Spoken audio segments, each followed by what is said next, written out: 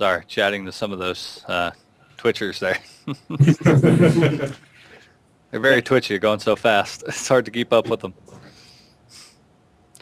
Let's see here. Almost thought somebody was asking about bacon, but they were asking about a beacon.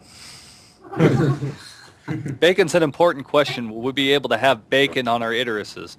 You'll be able to have bacon. You may be able to have a beacon too. Bacon in deep space. Yeah. Something pirates go after. Well, you don't want to lose your bacon shipments. That'll be bad. That'll make them all angry. Bacon confirmed. Got that. Don't want to get out that redactor cannon. Good thing Austin's not here. Yeah, no, they're probably all going back going, oh God, Chris has promised bacon. That's schedule. I just need a bacon logo for all my ships, just like to slap that on the side. Let's see here. So when you're getting on those space stations, like I was talking about, when you initially find one of those, or you initially find the Bengal carriers, do you have to clear them from any kind of an NPC, or are they just going to be open and you just kind of hop in it and take it for yourself? No, I don't think. I mean, I think you would probably have to capture the Bengal carrier to use it. So they'll be populated with an NPC of some kind, do you think? Yes. Like a janitor, night staff. Yeah, here's the keys. Some security guards, maybe some mall cops. Quick, kill the guy with the mop. Steve, you had one job. Hit you with your vibro. It's There'll be like so. I mean, depending. I mean, because obviously there'll be some like space stations that'll be in safe space, and you pretty much can't try and take it over, or else everybody in the UAE will be after you. But definitely some of the the bigger sort of prize ships, like the bigger capital ships, because I think we're sort of thinking that like anything beyond the destroyer would probably not be purchasable and in game at all by a player. They would have to like essentially sort of capture one and take one over or something, and those will obviously should be an achievement to be able to take it over. And then after that, once you have it, you've got to keep it from everyone else that wants to take it from you. all right. So we've been hearing a little bit about there being racing events in the game, kind of like tournaments and ways to win a little bit of money that way maybe. Do you have any idea like how expansive that's going to be? Are there going to be long-range runs, like try to get from planet A to B faster than your competition, or are they going to be more like circuit tracks like you'd see in NASCAR? I think we've discussed doing both, actually. I mean, that's all part of the Murray Cup. So I think there's kind of like a long-distance relay version we talked, right? And then there's a sort of short circuit one, right? Yeah, it's basically all within the one system of Ellis. So there's like one leg of it would be, I think, navigating the Ellis 11 asteroid field. Then there's planet runs, and so it's basically you try to get a combination of points to get access to the Murray Cup, and then the Murray Cup is sort of a, the best of the best compete in that, and that's another series of. I'm trying to think of the style of race that it's modeled after, but. They sort of will do them in heats, so it's like Relay. not a relay. It's the like Campbell run type deal. Idarod, something I can't remember. Too tired. But yeah, so there's been talk of we're just trying to figure out like it's all going to take place within the one system, but figuring out like how each leg of the race will be, speed, sometimes agility, and then there's the combat versions of it. So it'll be sort of a combination of all those to culminate to the Murray Cup. Sounds like a good place for that Daisy average lifetime billboard sign. There are a couple of questions from chat here. One of them was asking a little bit more about the dynamic events. So I heard you mention at some point, I believe it was you, talking about there just being maybe a random boss or just someone who's a little bit more badass than the rest that are out there. Like if you kill them, you get some special award or bobble doll. Can you expand on how you plan on doing that? It's just the idea is that like sort of the equivalent of like what you would call like a traditional sort of boss monster. Say it's a really bad, a badass sort of pirate lord or something. They're in the game. They're basically. It's not like Dave Haddock can blow them up and then I blow them up a second later. If Dave gets to him before I wins that battle, which will be really hard, he's gone. And then there will be another pirate that will take his place eventually. but it won't be the same guy. It'll be a different person, and so we have the auto name generator has some R&D, but other than that, the idea is that you've achieved that. You've killed that particular pirate or that particular badass, whatever it would be, mercenary, or and that's your sort of like trophy that you can hang on the wall, and like when your character finally passes away, it's part of like your eulogy. It's entered into the Galactopedia that you were the guy that killed or defeated whatever. The Dread Pirate Roberts is the example I always give. So I know this has been talked about a lot, but one of the chatters here was asking about end-of-life content for the game. Well, not end-of-life, but end-of-game. So, we're getting out there. We've got all the ships we want. They kind of want to know, what are we planning to keep them interested in it to keep them in the game? Well, I think my focus is not like the level grind that you traditionally see where everyone's like, oh, how do we get up to 85 or how do we get up to 90? My focus is really sort of creating a sandbox for all these factions of players to fight over a limited amount of resources. And I guess, the ultimate goal for one player group would be to sort of have as most and control most of those resources, but there'll be enough of other groups in opposition to that it will probably be sort of with swings and balances. So I don't really think that. I think you'll get to a certain position and then you'll spend a lot of resources just maintaining it. Very different than like a traditional sort of MMO RPG where you sort of work your way through the levels and then it's like, okay, what's my end game right now? Okay, I go kill the Lich King. All right, what do I do after this? All right, I put it away and wait for the next expansion. So this isn't. It's like you become. The moment you become the fat cat, you're the big kingpin. You've got a bunch of people working for you. There's a bunch of other people out there trying to take you down because that's the real world. So and that's kind of the goal. So I'm more focused on systems that will do that and creating sort of things to fight over that you'll definitely have multiple groups interested and be struggling each other for. So it's not only just achieving the thing, but keeping your position is essentially the end game. For me, I think that kind of defines EVE pretty well. Like, EVE is not traditional compared to the other MMOs. It basically doesn't really have an end game per se. It's basically all these different factions that vie for power, influence, control, fight with each other in the galaxy. And, they've been doing it, for 10 years now. I think that's part of one of the reasons the success of theirs is it's more in the hands of the players and less dependent on like specific scripted content or bosses that are added. Right. Another question I was thinking of here just now is if a gamer, say, has to take an extended leave of absence from the game because their computer dies and they can't afford another rig or whatever happens, they just can't play, and they have responsibilities in the game, obviously, for their insurance, for maybe other hangars they have on planets that they're renting, is there a way to suspend their account so they don't get, evicted from their other hangars and their ships just are thrown out of them? Or oh no, they're not going to get. So like in that, it's basically based around you playing, right? So if you like, you docked on a planet and you come back like 4 months later, you don't come back and like there was eviction notices. And all your ships are there. It's just when you start playing again, you'll owe to re-up your insurance or whatever. So you won't lose anything. You could walk away for a year or whatever, and you can come back and you won't have lost anything. It's just once you get back into playing it, you have to basically be paying for your, to keep your ships, serviced, upkeep, all that sort of stuff. Landing fees, tariffs, all that kind of stuff. Okay. And I saw another question here I thought was interesting. Somebody was asking about planets orbiting. So will a planet always be in the exact same location in a system, or will it move at all and be able to track that? So that's a good question. That's an internal debate we've had. I think we're sort of falling down on the side of it is cool, but it's like so intangible that it's going to be sort of hard for a player to really realize the benefit of it. So at the moment, we're probably not going to do that because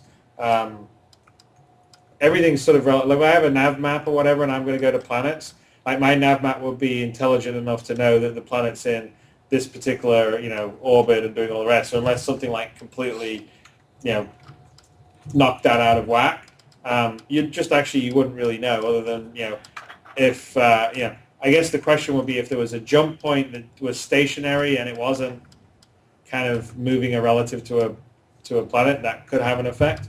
But right now we're sort of thinking that that's like a level of fidelity that's cool to talk about, but no player's ever going to appreciate it. Right. Which means we're probably not going to implement it.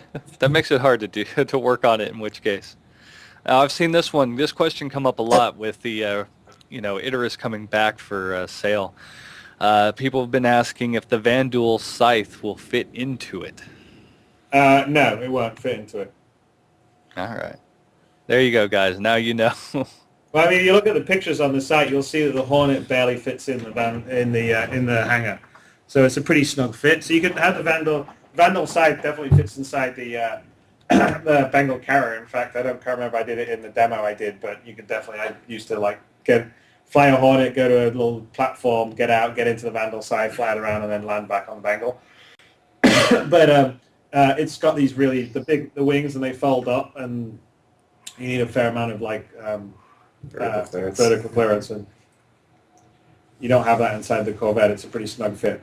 So you can't fit anything bigger than a Hornet. Right. And also, as I know it's been talked to death, but a lot of people are asking, and I assume there's a lot of new ones, they're asking about the PvP system, and if you are not as inclined to play PvP, what options do they have? So the way the game works is we're simulating the whole universe with AI running around. And there'll be a lot more AI, the equivalent of a lot more AI agents than we'll ever have any concurrent players in the game. And when real players drop in, they basically are kicking out an AI out of his slot. So, if there's trading happening between planets, missions have been generated for that, and AI is taking them, and if players are in, they will just take those. And so in terms of the sort of PvP and PvE side of it, I actually think that most people will fly the game, and there will be a pretty... you'll feel kind of a personal experience, like a sort of more privateer or freelancer experience, but there'll be these ships flying around doing this stuff, and they could be AI, or they could be real players. And then as if your preference is, say, more for PvE instead of PvP, you can specify that in the game, and then when it's doing the dynamic instant matchmaking, especially in the safe areas, it will basically use that as one of the criteria, and generally either put non-hostile players or hostile AI against you in the safe areas. When you're in the outer areas of the galaxy where there's no particular law and order, then anything goes. And if there's a player and another player, the game will put them together over an AI. So essentially, if you want to do more PvE, you sort of set it up that way, and you stick to sort of the safer areas, or areas that you're going to be fighting more AI, and then if you want to do more PvP, if you move it more to that side of the slider, the game will be matchmaking you with other people that prefer to do PvP, and has a whole bunch of other criteria. So it has criteria of who's your friend, who's your enemies, who you designate as a person of interest, also what the ping is. So all that gets sort of factored into one big equation that sort of matches it's like Match.com. It sort of figures out all the different criteria and say, oh, you two would be good in an instance together, and puts it in. And so basically, if someone says, no, I'd rather do more PvE, that reduces their chances of being matched up with someone that's a more PvP player that would be hostile to them in a safe area. So if someone's not going to be hostile to them, then you would see players going about their business. So what I'm hoping is it will be an environment that will let people play sort of a more privateer or freelancer style and feel kind of safe, and not feeling like someone's just going to gank them within 3 seconds. But of course, there'll be areas where, if you go to, there'll be certain areas where you go and it's more lawless, and there'll definitely be items or things to get out there that will be worth the risk. But, the risk of that is that also you potentially, you're not going to have people to, you're not going to have the UE military to watch your back, and, you may have players after you and all the rest of the stuff. So there'll be sort of a risk versus reward thing, and I'm hoping that because it's all in one holistic system, that you can sort of encourage players to sort of put their, say someone that's a PvE player could say, you know what, it's not so bad, maybe I'll venture a bit more and try a bit more of this PvP, and they can sort of dial it up a bit and put their toe into it without feeling like they jump into it and suddenly 400 people jump in and blast them. I think we're going to have enough people in our community that are both PvP and PvE, that as a PvP player wanting just straight PvP, you're going to have plenty of people to fight against, and you won't even know that there's some people that would rather do PvE that were flying around in the kind of same instance you're in. So I don't know if that made sense, but that's kind of what the concept of design is. Well, at least makes sense to me, but I'm hoping everybody else understands it too. Now, one of the things I know that's been talked about, which I love the fact that a pirate can spoof their identity to look innocent when they may not be, to try to avoid the police or the UEE. So now if I'm a trader and I know I have to go through a particularly dangerous spot, is there a way I could reverse spoof my ID to look more on the side of the pirate or the mercenaries that may want to take my items? So hang on. So what you're saying is you're a legitimate, you're a nice person, but you're Yes. trading in the dangerous areas, and so you want to spoof your ID to basically look like some badass pirate, so people leave you alone. You want to pull a Serenity, strap a few bodies to the bow. Exactly what I was thinking. That was what was in my head. Well, no, I mean definitely. I think you should.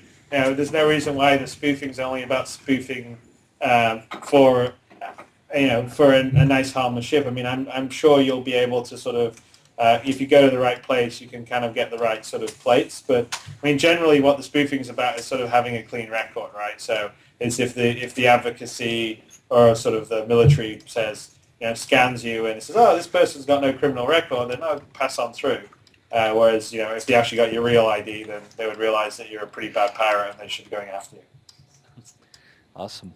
So with the recent, I would say, confirmation of there being a commanding style system you can add into your ships, or that some come with, is there going to be any kind of a picture-in-picture system you guys can implement so that if I have so many ships fighting under my command, could I view their angle of the battle from them, or do you have any other plan, like just looking at a star map and looking at them flying around as dots?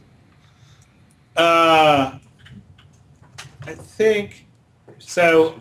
I'm not sure that you're gonna get basically sort of like pilot cam views of the people that you're commanding in your screen. That's a performance issue because having multiple angles on the same scene with that kind of polygonal count makes it pretty hard.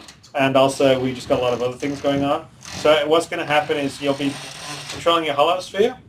The holosphere, like, you can get in and you can probably see the wireframe of the ships and them moving around. So it would be sort of like commanding, I don't know, Ender's Game style. You can click and say you attack that one and go from there.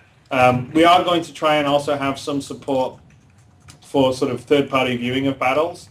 So maybe, I guess, if you had like a second machine, you could maybe be streaming a client view that would be more a camera view of it. But right now, the CryEngine's actually not very good at multiple cameras all in the same scene. So it's not set up, and that would also be a bit of a frame rate killer. What's that? We got 10 minutes. 10 minutes? Yeah. So what's happening in 10 minutes? 10 minutes still. We're going to roll another cut. Okay. And then we got another interview lined up.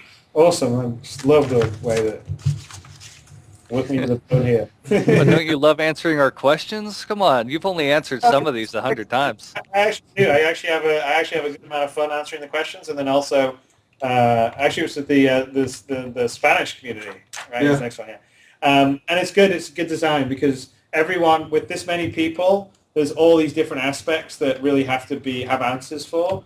But typically, when you're designing and we don't have in the past when you didn't have engagement with a community this big, you basically sort of did it internally. You sort of like a lot of stuff would actually not have been figured out until almost too late. You go to beta and everyone's like, well, what happens when I do this? What happens when I do this? Oh, I didn't think of that one. So it's actually kind of good to talk it out, and talking out a system like that's actually I'm pretty lazy. I hate writing really big design documents up. So it's much better at like discussing the various features, and then like Rob can transcribe it. Good job, Rob. I believe in you. I hope you're listening. Oh yeah, well, this is all going to be recorded, so I mean. So we can go back and we can just find this part in this interview here and just say, Rob, see, this is what you're committed to now. Love it. Well, that and the bacon. Don't forget about the bacon part. I got to see my bacon. Possibly a George Foreman grill on my desk. Yes. Well, that is wonderful. Let's see here. If anybody else has a last-minute question, I can get in for you while we got a little bit of time.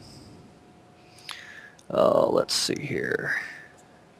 Anybody got a good question out there? So much Thank you for stopping by. Absolutely. Thank you very much. Are you taking off, man? Steam. Steam is a good question. I'm assuming you're going to try to get it on Steam. Yeah. We're kind of platform agnostic as far as that goes. So when we have the sort of final game, we'll probably be on Steam and probably on some other digital distribution platforms too, and of course our own website and stuff. That is wonderful. Let's see if I can get another one here. It's moving so fast. How many iteruses will be available in the game? Do they have a limit, kind of like the limit on the Bengal carriers? No. I think we're kind of like we sort of opened it up again because we had a lot more players now, people than we realized, or we thought we were going to have back when we did it. But I kind of want to keep the ratio of Bengals to like people playing to like 0.01%. So it's kind of where we're sort of at. Very good. Yeah, not something you really want flying around every single corner where everybody has one. And it looks like Eric's telling me he's catching a couple hours sleep in the office. oh, Spell office puffis. it's that moonshine. Can't have none of that moonshine. Batteries on channel 6. Oh, the freelancer's coming up a lot. Do we have anything on the freelancer coming up tonight? No, we don't, I believe, have anything on the freelancer. But the freelancer is actually nearing the later stages of production in engine, and it's looking pretty cool. So it's going to be. So we're going to, that won't be too far down the road, having a full-on reveal the same way we did with 300i with a commercial and a really detailed brochure. Yeah. All right. I'll do two more. I'll back them back to back, and you can answer them hopefully shortly, and we can call it good. So is the hangar module still on schedule? And I know this has been horribly contested, and I know a lot of Linux users, and this will probably be somewhat hated, but is Linux in anywhere still in your mind? Yes. So which one do you want? Hangar module is still on schedule, so we're pretty confident that we'll be releasing something that everyone will get to play. I won't guarantee that there won't be like glitches and crashes when it first comes out, because that's the nature of the beast, because we're so early with the stuff, but that's why we're doing it, is to iron it all out. But yeah, we feel pretty confident about the hangar module at the end of August for Gamescom, and then we'll be iterating on it. So it's not just this is it. It'll be like we'll be doing, I can't remember what our schedule is, Travis. Is it like every 9 weeks or something? I can't remember. 9 week, and 9 week later we're doing another iteration and another iteration. So we'll probably have 2 iterations in before we release the dogfight. The same will be happening on dogfight. So all these modules have drops where we'll add more content, we'll add some more functionality. So the ability to invite your friends to the hangar, I don't think is going to be in the V1. You're going to keep you're on our side schedule-wise. Is that right, Travis? I think we're not getting the ability to invite people to your hangar in V1 of the hangar. No, that's V2. V2 or later, yeah. So so some of those features come online later. So it's on schedule. And then remind me, what was the second part of the question? Linux. The second part was Linux. So I think that Linux and Mac owners will be happily surprised when we can make an announcement that we can't just make yet. Well, that's wonderful to hear. I'm pretty sure, are we out of time, or can one of these guys get in another question here? I'm sure you have a little bit more for a question. I don't know when we start the... Yeah, we got a little bit more. A few more. Got a little bit more. Okay, so I know it's been beaten to death, and maybe this is your time that you can finally kill it, because we're all tired of hearing about it. But some people are still concerned about pay to win as being a model, which I know it's not, and a lot of people are face palming. But there's a lot of new people, so I'm hoping this can kill it once and for all. Well, I won't kill it once and for all, because it's been a debate since the beginning. I just think people, the problem is everybody's coming at it from an angle, like, yes, I get like World of Tanks, or I get League of Legends, where you can have arguments about pay to win, because the only thing you can do in that game is you get into basically head-to-head matches competitively, and there is one winner.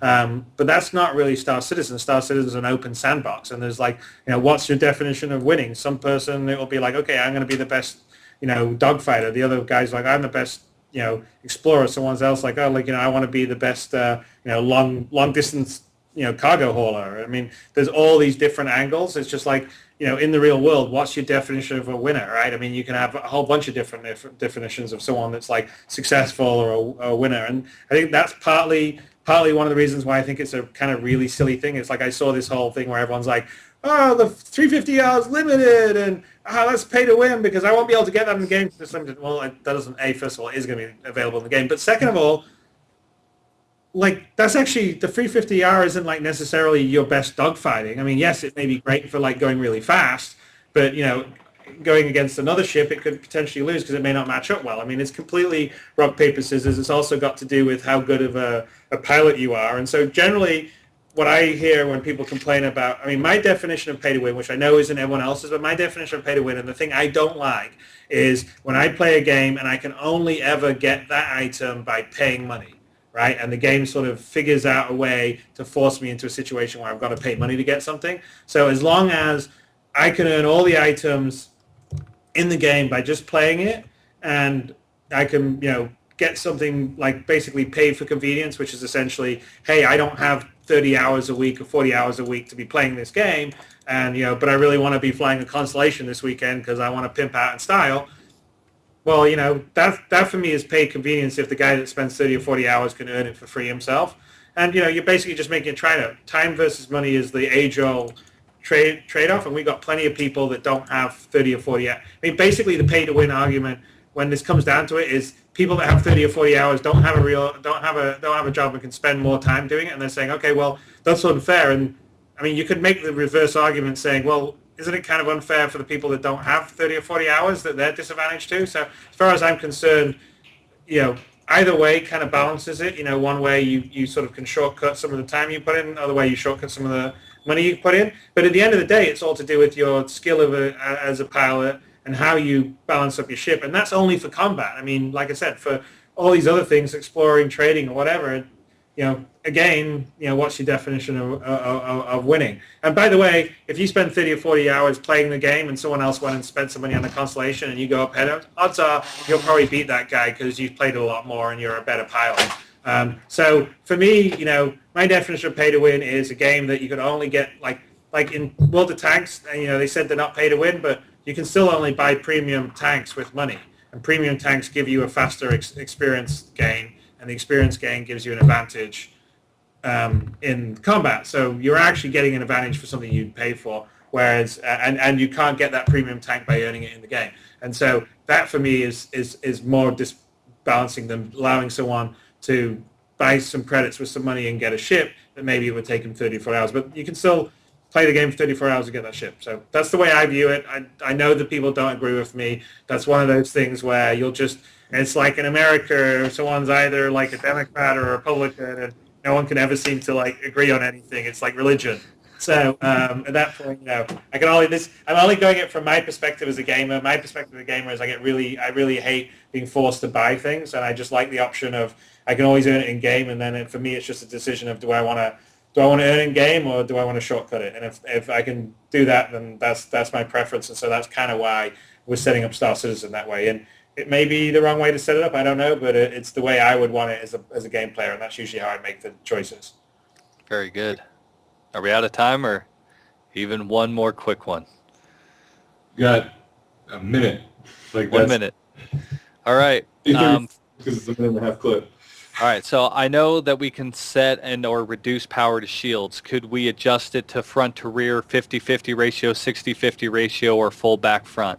It totally depends on your shield. So we have different kinds of shields, and some would have more segments. And you should be able to transfer and control the energy to your various shield segments. So like if you had a much bigger shield that had like say 6 segments, you could be balancing it between all 6 segments if you wanted to.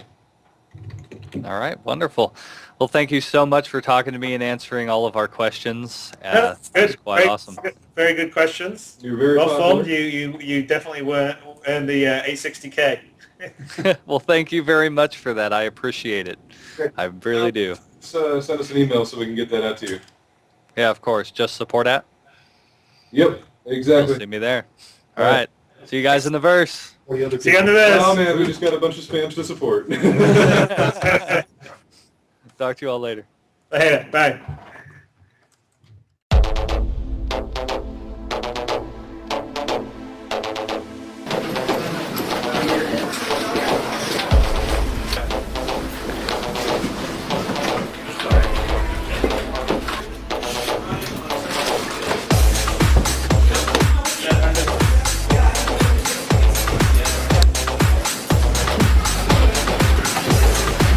Carry fuel or it can carry cargo.